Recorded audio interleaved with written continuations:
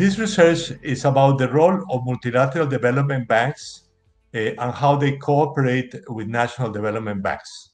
So it first looks at the functions of banks, second, and where they are stronger or weaker in terms of regional representation, and finally, what roles they play in climate change adaptation and mitigation.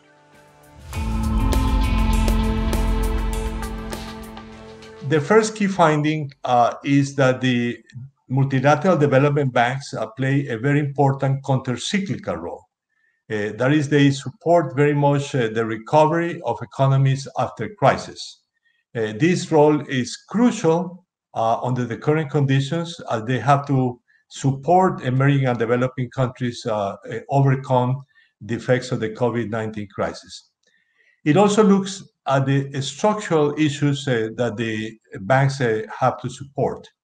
And in that regard, let me perhaps emphasize that they do work very well in terms of infrastructure financing, in some social sectors, in supporting financial inclusion.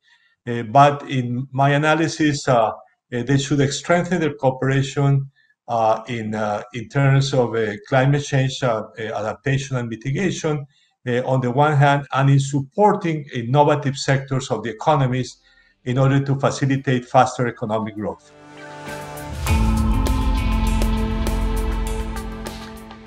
The most important point that I make is that the development banks have to work as a system.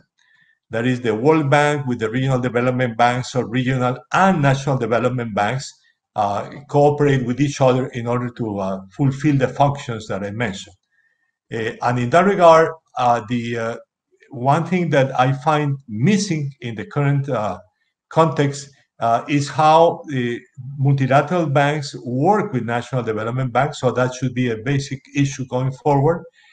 And how the multilateral banks can support the development of national development banks in the regions where they are lagging, which is essentially sub-Saharan Africa and South Asia.